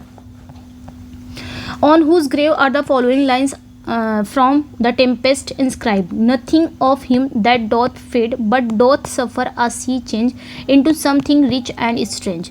तो किसकी कब्र पर, किसकी टूम पर, किसकी ग्रेव पर द टेम्पेस्ट की ये लाइनें लिखी हुई हैं, उसका कुछ भी नहीं है जो मुरझाता है। किसकी टूम पर, तो ये किसकी टूम पर लिखी गई, किसकी ग्रेव पर लिखी गई है। तो राइट आंसर यहाँ पे क्या हो जाएगा आपका, किसकी टूम पर लिखी गई है, शैले के, पीबी शैले के। ध्यान रखना है यहाँ पे, ठीक है। इनके कब्र पर ये लिखा है, जो रोम के प्रोटेस्टेंट कब्रिस्तान में है। इनकी कब्र कहाँ पे है, रोम के प्रोटेस्टेंट कब्रिस्तान में है। इसका एक मार्मिक कारण ये है कि शैली की डेथ समुद्र में डूबने से हुई थी और उनके दोस्तों ने इन लाइनों को उनकी कब्र के लिए चुना, क्योंकि ये लाइनें समुद्र द्वारा लाए गए एक मिरेकल परिवर्तन की बात करती। तो ये शैली के लाइफ और डेथ दोनों के लिए एक ट्रिब्यूट है, सुटेबल ट्रिब्यूट है, ठीक है। नेक्स्ट पे आएंगे the Greek name for a vengeful demon that drive the victim to the desert places is. मतलब यहाँ पे क्या कहा जा रहा है। अच्छा, हम इसकी अगर बात करें ना, टेम्पेस्ट इंस्क्राइब्ड है, इसकी अगर हम बात करें तो शेक्सपियर की प्ले जो द टेम्पेस्ट की ये लाइनें पर्सी बायसी शैली के कब्र पर खुदी हुई है, ठीक है। ये टेम्पेस्ट की लाइनें हैं, ठीक है, ये ध्यान रखना है, ठीक है। तो ये जो लाइनें हैं ना, ये एरियल का जो सॉन्ग है ना, एरियल गाता है फुल फैदम, ठीक है, जो फुल फैदम से स्टार्ट होता है, full fathom five thy father lies of his bones are coral made, वहाँ से स्टार्ट होता है ना। तो उसी सॉन्ग की ही ये लाइन है, बीच की लाइन है, जो शैली की कहाँ पे लिखी गई है, ग्रेव पर है, इंस्क्राइब है शैली के। तो ये काफ़ी इंपॉर्टेंट हो जाता है, ध्यान रखना। और ये एरियल सॉन्ग का ही है, टेम्पेस्ट का जो एरियल का सॉन्ग होता है, ठीक है, एरियल सॉन्ग्स। और ये full fathom five thy father lies of his bones and coral made those are pearls that were his eyes, इस तरह। फिर वो उसके बाद ये लाइनें आती है, nothing of him that doth fade but doth suffer, ये सारी चीज़ें ध्यान रखना। The green name of the for a vengeful demon that drive the victim to the desert places is. तो इंपॉर्टेंट जो चीज़ें रहेंगी वो तो बताना ही पड़ेगा ना, उसको हम इस तरह इग्नोर नहीं कर सकते ना, जो इंपॉर्टेंट चीज़ें हैं। तो यहाँ पे जो राइट आंसर हो जाएगा, अच्छा यहाँ पे कहा क्या गया है कि एक वेंजफुल डेमन है। एक वेंजफुल डेमन का ग्रीक नाम क्या है, जो अपने शिकार को रेगिस्तानी जगहों पर ले जाता है। तो वो क्या है, एक वेंजफुल डेमन है, उसका ग्रीक नाम क्या है, जो अपने क्या करता है, विक्टिम को कहाँ ले जाता है, डेजर्ट प्लेसेस पर। तो उसका नाम है अलास्टर। अलास्टर जो है एक ना एंशियन ग्रीक शब्द है, जिसका मतलब बदला लेने वाली आत्मा, जिसको हिंदी में बोलेंगे वेंजफुल, इंग्लिश में बोलेंगे वेंजफुल डेमन, हिंदी बोलेंगे तामसिक दानव, इस तरह। नेक्स्ट पे आएंगे the Triumph of life is Shelley's. तो शैली की ट्रायम्फ ऑफ लाइफ ये क्या है, अनफिनिश्ड पोयम है, ठीक है, ये ध्यान रखना, अनफिनिश्ड पोयम है, इनकी लास्ट पोयम है, जिसे वो 1822 में लिख रहे थे, बट डेथ होने के कारण लिख नहीं पाए। 1822 में समुद्र में डूबने से ठीक पहले ये लिख रहे थे, लेकिन ये इनकी अनफिनिश्ड जो ये क्या बोल सकते हैं, मैन्यूस्क्रिप्ट उनके पास में बरामद हुई थी, ठीक है। ये मैन्यूस्क्रिप्ट उनके पास से मिली थी जब उनकी डेथ हो गई। आई थिंक ये मैन्यूस्क्रिप्ट वहाँ मिली थी, उनके बेड पे मिली थी, इस तरह कुछ, मतलब लिख ही रहे थे, काम इस पे चालू था। चलिए नेक्स्ट पे आएंगे। Shelley is a beautiful and ineffectual angel beating in the void his luminous wings in vain whose comment is this. ये किसका कॉमेंट है, काफ़ी इंपॉर्टेंट कॉमेंट है, और किसका कॉमेंट है, तो अर्नोल्ड का है, मैथ्यू अर्नोल्ड जो है वो शैली की पोइट्री की जो सुंदरता है उसको इसको क्या करते हैं, एक्सेप्ट करते हैं, लेकिन साथ ही साथ वो ये भी कहते हैं कि शैली रियलिस्टिक दुनिया की ठोस समस्याओं से कटे कटे होते रहते थे, यानी कि जो उनकी समस्याएं रहती थी उनसे कटे रहते थे। तो ये मैथ्यू आर्नोल्ड कहते हैं। आगे चलते हैं।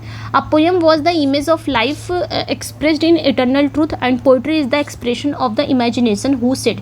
ये किसने कहा है, ठीक है, ये किसकी स्टेटमेंट है, तो शैली की स्टेटमेंट है, ये ध्यान रखना। ये दोनों अगर बात करें इस स्टेटमेंट की, a poem was image of life expressed in eternal truth, ये दोनों स्टेटमेंट, दो स्टेटमेंट है। एक ये है poem poetry the expression of the imagination, तो दोनों ही स्टेटमेंट शैली के हैं। और दोनों ही स्टेटमेंट कहाँ से, ये दोनों स्टेटमेंट कहाँ पे अपीयर होते हैं, अ डिफेंस ऑफ पोइट्री में, अ डिफेंस ऑफ पोइट्री, ठीक है, ये ध्यान रखना है। नेक्स्ट पे आएंगे। इमेजिनेशन इज़ द ग्रेट, वैसे बताने को तो बहुत कुछ है, एक क्वेश्चन में मैं बहुत सारे फैक्ट बता सकती हूँ, लेकिन टाइम नहीं है और एमसीक्यूज़ में इतना एक्सप्लेन करना अच्छा भी नहीं है। Imagination is the great instrument of moral good, a man to be greatly good must imagine intensely and comprehensively. Who said, किसने कहा है, ठीक है, ये किसने कहा है। जो इमेजिनेशन है वो नैतिक अच्छाई का महान साधन है, ये बात भी शैली की ही है, ध्यान रखना है, ये बात भी किसकी है, शैली की ही है। तो ये भी लाइनें कहाँ पे आती हैं, ये भी लाइनें आपके अ डिफेंस ऑफ पोइट्री से ली गई हैं। ये भी लाइनें इंपॉर्टेंट है, इसलिए ज़्यादा लाइनें वहीं से आती हैं, डिफेंस ऑफ पोइट्री, ठीक है, उससे ली गई हैं। चलिए नेक्स्ट पे आएंगे। अच्छा, इसमें इन्होंने क्या बोला है, शैली के लिए कल्पना है, जो इमेजिनेशन है, वो केवल कला बनाने के लिए एक डिवाइस नहीं थी, बल्कि नैतिकता की एक कुंजी थी। इनका मानना था कि एक अच्छा इंसान बनने के लिए इम्पैथी होना ज़रूरी है। इम्पैथी मतलब सहानुभूति होना ज़रूरी है।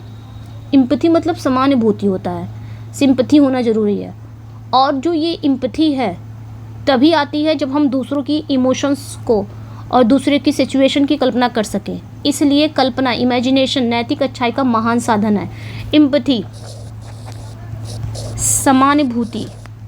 समानुभूति कब आएगी, जब सामने वाले की जगह पे खुद को रख के देखोगे तभी तो आएगी, उसे बोलते हैं समानुभूति, empathy. Poetry is the indeed something divine, it is at once the centre and circumference of knowledge. Who said, किसने कहा है। 50 पे हम लोग आ गए हैं, ठीक है, ये बात किसने कही है, ये किसका स्टेटमेंट हो, अगेन ये शैली का स्टेटमेंट है। जो पोइट्री है वो वास्तव में कुछ डिवाइन है, कुछ दिव्य है। ये एक ही समय में नॉलेज का सेंटर और क्या बोल सकते हैं, नॉलेज का सेंटर और सर्कमफ्रेंस दोनों है। तो शैली ने ही कहा है। ये भी लाइनें अ डिफेंस ऑफ पोइट्री की है, ठीक है। आगे चलते हैं। Poetry is that form which all spring and that which adorns all. And यहाँ पे भी दो स्टेटमेंट है। And poetry redeems from decay the vegetation to the dignity of man. Who said, किसने कहा है, ये किसने कहा है। तो ये भी जो स्टेटमेंट है ना, ये दोनों स्टेटमेंट पर्सी बायसी शैली के ही आ डिफेंस ऑफ पोइट्री से ही लिए गए हैं। पहला स्टेटमेंट का मतलब ये हुआ कि जो पोइट्री ही सभी कलाएं, जैसे कि सभी आर्ट्स, साइंस और फिलॉसफी की जननी है पोइट्री, यानी कि उसी से निकला है, आर्ट भी निकला है, उसी से विज्ञान भी निकला है, उसी से दर्शन भी निकला है, और वही इन सबको सुंदर बनाती है पोइट्री, चाहे वो आर्ट हो गया, चाहे साइंस हो गया, चाहे फिलॉसफी हो गई। दूसरे स्टेटमेंट का मतलब ये हुआ कि पोइट्री मानवता का सबसे महान और गौरवशाली मोमेंट है। मतलब उसके मोमेंट को, उसके थॉट्स को, उसके एक्शन को समय के साथ नष्ट होने से बचाती है पोइट्री, और उन्हें क्या करती है, अमर बनाती है।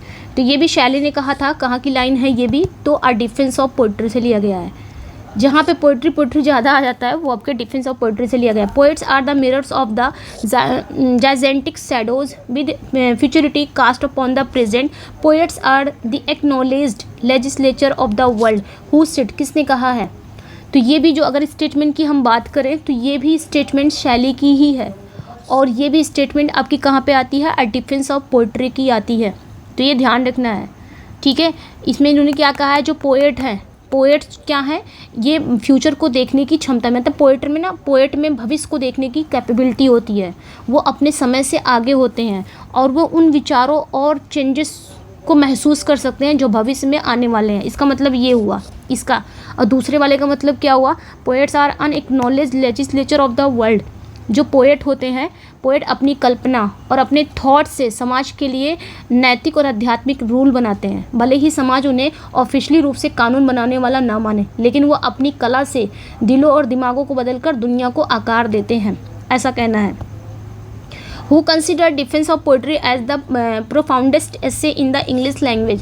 तो कौन है डिफेंस ऑफ पोइट्री को इंग्लिश लैंग्वेज का सबसे डीप, सबसे प्रोफाउंडेस्ट एसे मानता है? Herbert read. कौन है वो? Herbert read. ये ध्यान रखना है, ठीक है। यहाँ पे डी कर जाता है। अगर 20वीं सेंचुरी की बात करें हम, 20वीं सेंचुरी के फेमस आर्ट और लिटरेरी रिव्यूअर थे ये हर्बर्ट रीड। तो शैली का जो एसे था डिफेंस ऑफ पोइट्री को इन्होंने इंग्लिश लैंग्वेज का सबसे प्रोफाउंडेस्ट एसे मानते हैं ये, कि ये जो डिफेंस ऑफ पोइट्री है ना, ये क्या है, सबसे प्रोफाउंडेस्ट एसे है, यानी कि सबसे गहन एसे है, ठीक है। और ये इस तारीफ़ में, ये जो तारीफ़ है, ये इस एसे के गहरे दार्शनिक, मतलब गहरे दार्शनिक की वजह से तारीफ़ करते हैं। Shelley wrote a defence of poetry as a reply to charge made against poetry by. तो अगर बात करें शैली ने डिफेंस ऑफ पोइट्री किसके द्वारा पोइट्री पर लगाए गए आरोप के जवाब में लिखा था, मतलब किसी ने पोइट्री पे आरोप लगाया था और पोइट्री को डिफेंस करते हुए शैली ने उसका जवाब दिया था। तो किसने? थॉमस लव पिकॉक, ठीक है। यहाँ पे जो राइट आंसर हो जाएगा वो आपका ए हो जाएगा। थॉमस लव पिकॉक का द 4 एजेस ऑफ पोइट्री, ये थॉमस लव पिकॉक की 4 एजेस ऑफ पोइट्री थी, ठीक है। 4 एजेस ऑफ पोइट्री, इसी के जवाब में शैली ने लिखा था अ डिफेंस ऑफ पोइट्री। पिकॉक ने द 4 ऑफ द पोइट्री में, ये इनका क्या है, एक सटारिकल एस्से है जिसमें इन्होंने मजाक में ये तर्क दिया कि पोइट्री एक आदिम कला है, एक ऐसी कला है ना जो विज्ञान और तर्क के आधुनिक मॉडर्न एज में भी ये क्या है, अनयूज्ड है। मतलब पोइट्री पुरानी हो गई है और साइंस और तर्क के इस मॉडर्न एज में इसका कोई यूज़ नहीं है। तो शैली ने पिकॉक के इसी हमले को, इसी अटैक को बहुत गंभीरता से लिया और अपनी पूरी इमोशन के साथ जवाब देने के लिए अपना फेमस एस्से लिखा, नाम था अ डिफेंस ऑफ पोइट्री, ठीक है। नेक्स्ट पे आएंगे, the poet is a semi barbarian in a civilised community who said. किसने कहा? पोएट एक सभ्य कम्युनिटी में एक सेमी बार्बेरियन है, बर्बर होता है। किसने कहा है? ठीक है, ये बात किसने कही है? तो लव पिकॉक ने। ये स्टेटमेंट किसका है? लव पिकॉक का। उन्होंने कहाँ पे बोला था? अपने इससे द 4 एजेस ऑफ पोइट्री में कहा था। ये उन्होंने एक आरोप लगाया था कि पोएट क्या है, सेमी बार्बियन है, बारबेरियन है। तो उन्होंने ये पोएट्स पे आरोप लगाया था, जिसका शैली ने जवाब दिया किसमें? डिफेंस ऑफ पोइट्री में। शैली ने बहुत अच्छे से जवाब दिया, ठीक है। पिकॉक का कहना था कि जो लॉजिक है और इस प्रगति के एज में, लॉजिक और प्रगति यानी कि बढ़ने वाले के एज में, पोएट जो भावनाओं और कल्पना से काम लेता है, एक कम सभ्य फ्यूचर के अवशेष की तरह है और मॉडर्न समाज में उसका कोई वास्तविक काम नहीं है पोएट का। जब पोएट का ही काम नहीं है तो पोएट्री का कहाँ से काम रहेगा, ऐसा इन्होंने कहा था। Shelley's a defence so the influence of. तो शैली ने द डिफेंस पर, मतलब शैली के द डिफेंस पर किसका प्रभाव दिखाई देता है? तो किसका प्रभाव दिखाई देता है? प्लेटो एंड सिडनी के अपोलोजाई, ठीक है। ये ध्यान रखना है, शैली के इन एस्से पर 2 लोग का प्रमुख प्रभाव है। क्या है? एक प्लेटो। ऑल्दो प्लेटो ने पोएट्स को अपने आदर्श, अगर बात करें, गणराज से निकाल दिया था, यानी कि पोएट के बारे में वो बात नहीं करते थे। लेकिन शैली क्या करते थे? शैली पोएट्री के महत्व को सिद्ध करने के लिए प्लेटो के ही दर्शन को, इन्होंने उसी का यूज़ किया, उन्हीं के दर्शन को, वह प्लेटो के दर्शन का यूज़ करके प्लेटो के ही खिलाफ करते थे। और सिडनी की अपोलोजाई, ठीक है, अपोलॉजी, ये ध्यान रखना है, अपोलॉजी। सर फिलिप सिडनी का ये जो एस्से है, एन अपोलॉजी फॉर पोइट्री, ये रेनेशंस पीरियड में पोइट्री की रक्षा में लिखा गया था। एक फेमस ट्रीटीज था, वर्क था। कब? रेनेशा पीरियड में पोइट्री को ही डिफेंस करने के लिए लिखा गया था, ठीक है। पूरा इसका क्या है? एन अपोलॉजी फॉर पोइट्री, ठीक है। तो शैली इसी परंपरा का पालन करते थे, इन्हीं के रूल को फॉलो करते थे। रोमांटिक एज के लिए पोइट्री का एक नया और अधिक दार्शनिक बचाव करते थे। आते हैं नेक्स्ट पे, a poet participates in the eternal, the infinite and the one as for as it relates to the conceptions time and place and number do not who said, किसने कहा है? तो किसने कहा है? ये भी शैली ने कहा है। अ डिफेंस ऑफ पोइट्री की लाइन है, ये काफ़ी गहरा अर्थ है इसका, जो प्लेटो के विचार से ही प्रभावित है। शैली कहते हैं कि पोएट जो है, पोएट ना टेम्परेरी या विशिष्ट चीज़ नहीं है, मतलब वो टेम्परेरी चीज़ों से नहीं बंधा हुआ है, जैसे कि टाइम, जगह, संख्या, इससे नहीं बंधा होता।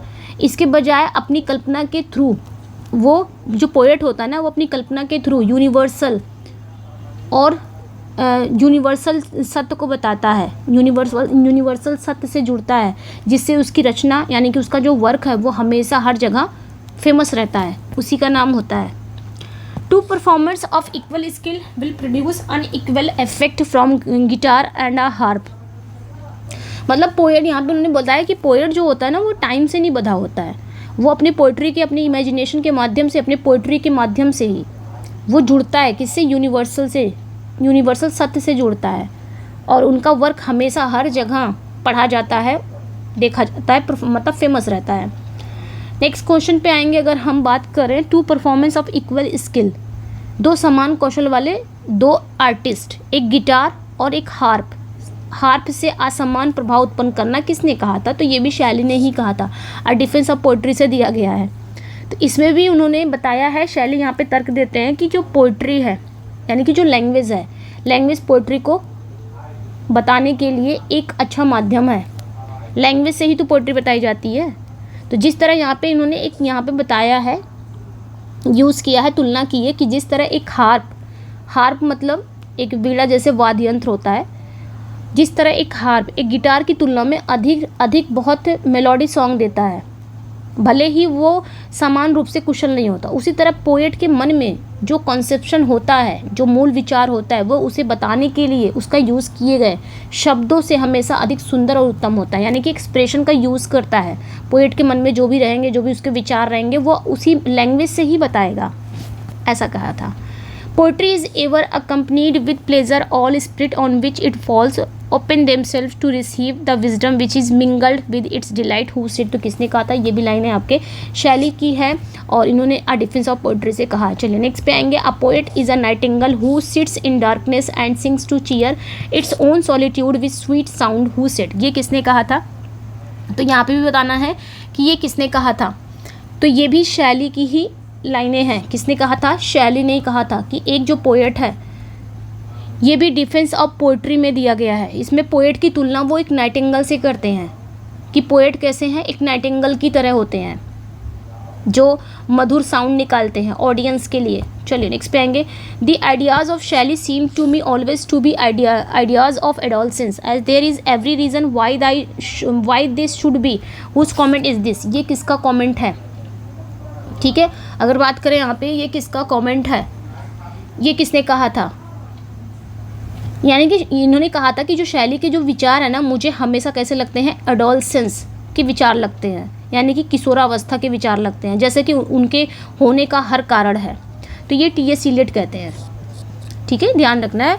ये इलियट ने क्या किया था? इलियट अपने बौद्धिक और शास्त्रीय स्टाइल के लिए जाने जाते थे ना, इंटेलेक्चुअल और क्लासिकल स्टाइल के लिए जाने जाते थे, जबकि रोमांटिक जो पोएट थे, स्पेशली शैली के ये क्रिटिक थे। इनका मानना था कि जो रेवोल्यूशनरी है, यानी कि रेवोल्यूशन, लिबर्टी, लव के बारे में शैली के जो विचार हैं वो इमेच्योर है। इलियट के अनुसार लगता था कि इन विचारों में एक वैश्य की ज़रूरत है, मतलब वैश्य की कमी है, बचकाना इनको लगता था। इसलिए इन्होंने इसे क्या कहा? आइडियाज़ ऑफ एडोलसेंस कहा। किशोरावस्था के सारे विचार हैं जो शैली के विचार थे, उनको लगा कि वयस्क की कमी है, एडल्टहुड की कमी है इसमें, मतलब उस टाइप की इनकी थॉट नहीं है। हु कॉल्ड शैली एन इनएफेक्चुअल एंजल। ये बात किसने कही है शैली को कि शैली क्या है? एक इनएफेक्चुअल एंजल है। तो ये बात किसने कहा है? अर्नोल्ड साहब कहते हैं, मैथ्यू अर्नोल्ड कहते हैं। ठीक है, ध्यान रखना यहाँ पे दोहरी, ये कमेंट ना दो बात बताता है। मतलब एंजल कहकर उन्होंने अर्नोल्ड, मतलब एंजल कह देता है, एंजल कह रहे हैं, एंजल कहकर अर्नोल्ड जो है वो शैली की स्पिरिट को सुंदर बताते हैं। लेकिन इनएफेक्चुअल मतलब जहाँ पे कोई इफेक्ट ना हो, तो इनएफेक्चुअल कहकर वो उनकी आलोचना भी करते हैं। शैली वास्तविक दुनिया यानी कि जो रियलिटी दुनिया और उसकी व्यवहारिक चिंताओं से कटे हुए थे। नेक्स्ट पे आएंगे। There is a harmony in autumn dear and at dear of its mystery lest the grave should be like life and fear a dark reality sudden thy shadow fell on me I shrieked and clasped my hands in ecstasy these are the except from. तो ये सब लाइनें कहाँ पे मिलेंगी, ये जो लाइनें हैं ये कहाँ से हैं, तो हिम टू इंटेलेक्चुअल ब्यूटी से हैं ये लाइनें। ये सभी लाइनें कहाँ पे आती हैं, हिम टू इंटेलेक्चुअल ब्यूटी से आती हैं लाइनें, ठीक है। तो ये याद रखना है। ओके चलिए नेक्स्ट पे आएंगे। Who wrote the following line, ये किसने लिखा है, किसने लिखा, fresh spring and summer and winter hoar move my faint heart with grief. तो ये किसने लिखा है, तो ऑब्वियसली ये शैली, अगेन शैली, ठीक है, शैली की बात है यहाँ पे हो रही है, ठीक है। और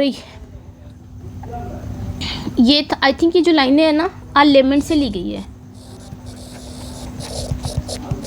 ठीक है, आर्लेमेंट से ली गई है अगर बात करें तो हम। चलिए नेक्स्ट पे आएंगे। Fresh spring and summer and winter hoar move my फेंट, ये फिर से आ गया क्या, रिपीट हो गया क्या,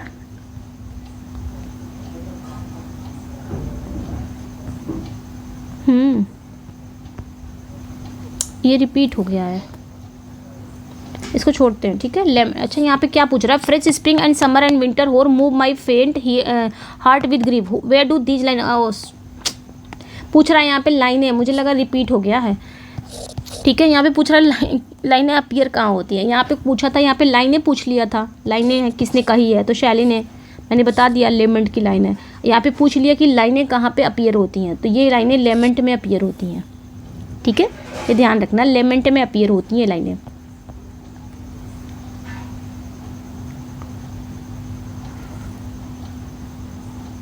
ठीक है, ये याद रखना। एक मिनट, थोड़ा सा कंफ्यूजन लग रहा है मुझे,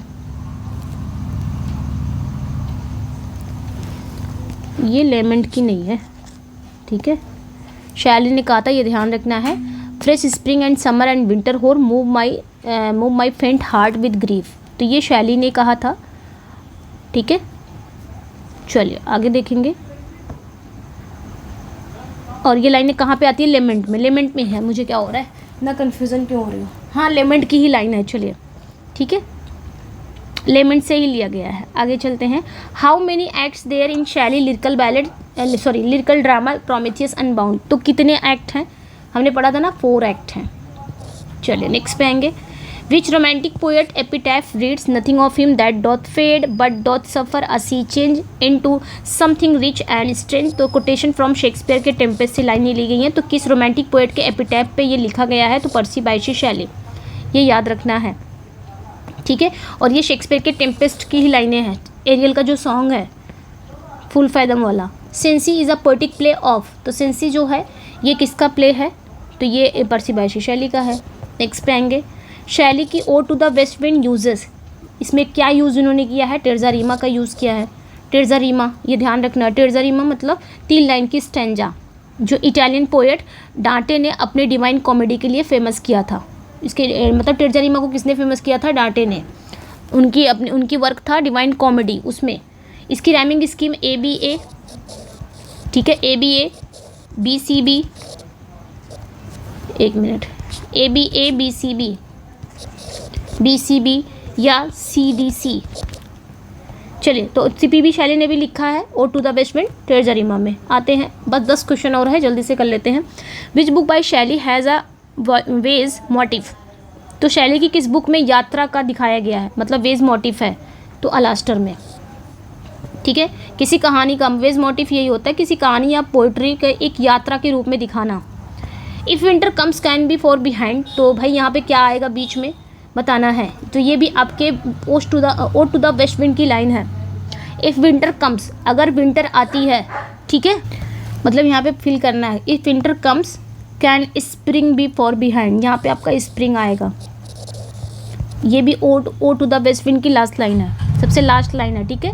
यहाँ पे विंटर को उन्होंने क्या कहा है, विंटर का मतलब कठिनाइयाँ, जो जीवन में कठिनाइयाँ आती हैं, निराशा आते हैं, डेथ का सिंबल है।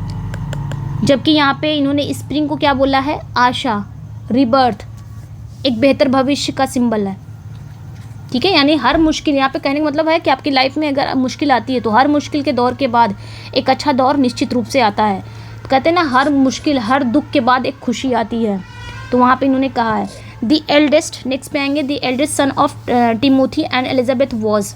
तो टिमोथी एंड एलिजाबेथ के सबसे बड़े बेटे कौन थे? शैली थे। इनके फादर का नाम टिमोथी शैली था, ये ध्यान रखना है, ठीक है। नेक्स्ट वन पे आएंगे, शैली डेडिकेटेड हिज एडोनिस। तो किसे डेडिकेट किया है शैली ने? एडोनिस को, तो किड्स को। नेक्स्ट पे आएंगे जेस्ट्रोजी। नेक्स्ट वन पे आते हैं जेस्ट्रोजी। जेस्ट्रोजी क्या है? अगर बात करें जेस्ट्रोजी की, तो जेस्ट्रोजी क्या है? एक गॉथिक नॉवेल है बाय शैली। ये एक गॉथिक नॉवेल है बाय शैली। जेस्ट्रोजी जो है एक गॉथिक नॉवेल है। उन्होंने इसे तब लिखा जब ईटन कॉलेज में वो एक छात्र थे, एक स्टूडेंट थे। गॉथिक नॉवेल क्या होता है? लिटरेरी की एक स्टाइल है जिसमें मिस्ट्री होता है, भय होता है और अलौकिक जो एलिमेंट्स होते हैं, ये सारी चीज़ें देखने को मिलती हैं गॉथिक नॉवेल में, ठीक है। मिस्ट्री, टेरर और क्या बोल सकते हैं, अलौकिक एलिमेंट्स देखने को मिलते हैं, एंड अंधेरा या बोलते हैं, ठीक है, मतलब डरावना माहौल होता है, जैसे कि ओल्ड कासल वगैरह वगैरह का कॉम्बिनेशन देखने को मिलता है। तो ये नॉवेल दिखाता है कि शैली की जो इंटरेस्टेड है वो कम उम्र से ही सनसनीखेज और कट्टरपंथी विषयों में थी। नेक्स्ट पे आएंगे, it is a philosophic poem which was published in 1813। It has 9 cantos and 17 notes. For this Shelley is indebted to Godwin's political justice name the poem. उस पोएम का नाम बताना है। ये एक फिलोसफिक पोएम है जो 1813 में पब्लिश हुई थी। इसमें 9 कैंटोज हैं। कितने कैंटोज हैं? 9 कैंटोज हैं, ये ध्यान रखना, 9 कैंटो हैं एंड 17 नोट्स हैं इसमें, ठीक है। काफ़ी देखिए क्वेश्चन में कितने सारे फैक्ट हैं। और इसके लिए शैली गॉडविन के पॉलिटिकल जस्टिस की क्या है? हमेशा इंडेटेड है, ऋणी है। तो पोएम का नाम बताना है क्वीन मैब। शैली publish the revised version of the portion of queen मैब अंडर द टाइटल। तो अगर बात करें, शैली ने क्वीन मैब को एक पार्ट के रिवाइज्ड वर्जन को किस टाइटल की तरह, मतलब किस टाइटल में उन्होंने पब्लिश कराया था, ठीक है। शैली ने पब्लिश कराया था revised version of the portion of queen map. तो क्वीन मैप का पोर्शन था, उन्होंने कुछ पोर्शन थे जो उन्होंने रिवाइज्ड वर्जन करा दिया था, उन्होंने पब्लिश कराया था किस टाइटल के अंडर। तो यहाँ पे जो राइट आंसर हो जाएगा वो आपका करेक्ट हो जाएगा, किस टाइटल के अंदर उन्होंने पब्लिश कराया था, ठीक है। तो राइट आंसर यहाँ पे क्या हो जाएगा? डी हो जाएगा, the demon of the world, ठीक है। शैली ने वास्तव में क्वीन मैप का जो भी रिवाइज्ड वर्जन था ना, उसको क्या किया, मतलब उसके क्वीन मैप के कुछ पोर्शन को उन्होंने रिवाइज कर दिया, ठीक है। रिवाइज करके the demon of the world नाम का एक दूसरी पोएम थी, उसमें इन्होंने पब्लिश किया था इसको, ठीक है, ये ध्यान रखना है। नेक्स्ट पे आएंगे, Queen Mab is a fairy, she is a refer to in. देखिए यहाँ पे आ गया जो मैंने ऊपर बताया था, क्वीन मैब एक परी है, इसका जो रेफरेंस है किस में किया गया है। देखिए ये एक एल्यूजन है, मैंने कहा ना ऊपर ही, मैंने आपको बता भी दिया है। तो रोमियो एंड जूलियट, ये मैंने ऊपर ही बता दिया था आपको, ठीक है। हालांकि अगर देखा जाए, शैली ने इस कैरेक्टर का यूज़ अपनी पोएम के लिए किया, लेकिन क्वीन मैब का जो कैरेक्टर है उन्होंने नहीं बनाया। किसने बनाया था? क्वीन मैब इंग्लिश, अगर फोक टेल की बात करें, एक छोटी परी है जिसका फेमस और विस्तृत वर्णन किसने किया? शेक्सपियर के प्ले रोमियो एंड जूलियट में किया गया मर्क्यूशियो द्वारा। मर्क्यूशियो कैरेक्टर है, वो बोलता, वो डायलॉग उसके डायलॉग में देखने को मिलता है। ये क्वीन मैब है कौन? मर्क्यूशियो बताता है कि वो सपनों की परी है जो रात में सोए लोगों के सपने में आती है। नेक्स्ट पे आएंगे the Cenci. The Cenci is a tragedy. The Cenci is a tragedy is 5 act written in. तो ब्लैंक वर्ड्स में लिखी गई है। सेंसी जो है, जो कि एक ट्रेजेडी है, ये किस में? 5 एक्ट में है। किस में लिखी गई है? ब्लैंक वर्ड्स में, ठीक है। ब्लैंक वर्ड्स मतलब मीटर तो होता है बट राइम नहीं होती है। This is the work of Shelley, it was published in 1820। It is in 4 act. It is a kind of closet drama it. तो ये जो वर्क है शैली का, ये 1820 में पब्लिश हुआ था, 4 एक्ट में था। ये एक क्लोजेड ड्रामा है। ये क्या है? Prometheus unbound. तो ये एक क्लोजेड ड्रामा है, क्लिनिकल ड्रामा है। ऐसा ड्रामा, क्लोजेड ड्रामा जो पढ़ने के लिए लिखा जाता हो, परफॉर्म के लिए नहीं लिखा जाता, ठीक है। नेक्स्ट वन पे आएंगे, Noel Coward was so inspired by Shelley's skylark that he gave the title to his comic play from the words of the first stanza. The title is. तो एक नोबल कावर्ड है, वो शैली के sky lark से इतने ज़्यादा inspire हुए हैं कि उन्होंने अपने कॉमिक प्ले का टाइटल अब पहली लाइन के शब्दों में दिया। टाइटल क्या है? Blithe spirit. ठीक है, ब्लिथ स्पिरिट। ये किस लाइन कहाँ पे मिलती है? स्काई लार्क में ही मिलती है ना। तो शैली की ये जो पोयम है टू अ स्काई लार्क की पहली लाइन है, हेल टू दी। इसकी पहली लाइन यही है ना, hail to thee, hail to thee. फिर आगे आता है ब्लिथ, ठीक है, ब्लिथ स्पिरिट, ब्लिथ स्पिरिट। फिर आगे आता है बर्ड, बर्ड दाउ नेवर वर्ड। ये लाइनें स्टार्ट होती है ना यहाँ से। तो फेमस ये प्ले राइट हैं, इनका नाम क्या है? Noel Coward. उन्होंने यहीं से ब्लिथ स्पिरिट फ्रेज लेकर अपने फेमस कॉमिक प्ले का टाइटल बना दिया। तो ये भी इंपॉर्टेंट है, याद रखना है। Julian and Maddalo a conversation is a poem of. तो जूलियन एंड मेडालो एक कॉन्वर्सेशन पोएम है, इसमें कितनी लाइनें हैं ये बताना है। इसमें लाइनें कितनी हैं? तो इसमें 617 लाइनें हैं। ठीक है, कितनी लाइनें हैं? 617 लाइनें हैं, ये ध्यान रखना है। नेक्स्ट पे आएंगे, the revolt of Islam is a poem in 12 cantos it contains. तो रिवोल्ट ऑफ इस्लाम जो है वो 12 कैंटो की एक पोएम है। इसमें क्या शामिल है? इसमें कितनी लाइनें शामिल हैं? तो अगर हम बात करें इसमें कितनी लाइनें शामिल हैं? 4818 लाइनें। ठीक है, ये ध्यान रखना है। नेक्स्ट पे आएंगे, इन 1810 शैली wrote a poem in 4 cantos but it remained unpublish until 1877। It was published posthumously for the Shelley Society by Reeves and Turner, London 1877. This poem is। तो यहाँ पे बता रहा है कि अगर हम बात करेंगे, अच्छा ख़त्म है, ये लास्ट क्वेश्चन था। ठीक है, 1810 में शैली ने 4 कैंटोज़ की एक पोएम लिखी, लेकिन ये 1877 तक अनपब्लिश रही। ये कौन सी पोएम है? तो ये पोएम कौन सी है ये ध्यान रखना है। The wandering Jew, Jew, Jew, the wandering Jew. The wandering Jew मतलब एक भटकता हुआ यहूदी। ये शैली के करियर की बिल्कुल शुरुआती वर्क में से एक है। जब शैली ने करियर अपना स्टार्ट किया ना इसमें लिखने का, तो शुरुआती वर्क है जिसको इन्होंने 1810 में लिखा था। 1810 में लेकिन ये इसको मतलब द वॉन्डरिंग ज़ू को, भटकते हुए यहूदी की कहानी, जिसे दुनिया के अंत तक भटकने का श्राप मिला। तो रोमांटिक लिटरेचर में ये काफ़ी लोकप्रिय था। जैसे कि क्वेश्चन में बताया गया कि उनकी बहन उनकी डेथ के बहुत बाद ये कब पब्लिश हुआ था? 1877 में पब्लिश हुआ था। तो ध्यान रखना है इसको। ठीक है, तो ये थे क्वेश्चन। कैसे लगे आपके पीबी शैली से? और अपना स्कोर ज़रूर शेयर करना, कितना आपने स्कोर किया है। अब मैं कोशिश करूँगी कि पीजीटी वालों के लिए ये प्रैक्टिस चलती रहे। हो सकता है यहाँ से आपको कुछ मदद मिल जाए। तो बस एक छोटी सी हेल्प है मेरी तरफ से आप लोग के लिए, बाकी और कुछ नहीं। अगर यहाँ से 1-2 क्वेश्चन मिल जा रहे हैं, भला हो जा रहा है, तो बिल्कुल मैं करने के लिए तैयार हूँ। ठीक है, चलिए फिर अपना फीडबैक ज़रूर दीजिएगा और अपना स्कोर भी शेयर करिएगा। आपका स्कोर से अगर अपना स्कोर भी शेयर किया और फीडबैक भी मिला तो ये पीजीटी की सीरीज पक्का चलाऊँगी, अदरवाइज़ मैं बंद कर दूँगी। ठीक है, चलिए अपना स्कोर ज़रूर शेयर करिएगा। वैसे मैं चलाऊँगी, ऐसा कुछ नहीं है। आप चाहे स्कोर शेयर करो या मत करो, चाहे आप फीडबैक दो या मेरा काम है, मैं अपना काम करूँगी भाई। क्योंकि मुझे टेंशन रहती है ना कि हाँ आपको क्या चीज़ की ज़रूरत है, क्या चीज़ की नहीं ज़रूरत है, कि एग्ज़ाम नियर आ रहा है तो फिर क्या देना है क्या नहीं पढ़ाना है, वो आप लोग को नहीं टेंशन रहेगी। खैर, पढ़ लीजिए अच्छे से और पढ़ के एक सीट तो कंफर्म कर लीजिए। ठीक है, बहुत अच्छा चांस है। पीजीटी में भी चांस है, टीजीटी में भी चांस है, एलटी में भी चांस है, काफ़ी चांसेस हैं। तो पढ़ते रहिए, मस्त रहिए, खुश रहिए। मिलते हैं नेक्स्ट वीडियो में। Thank you for watching.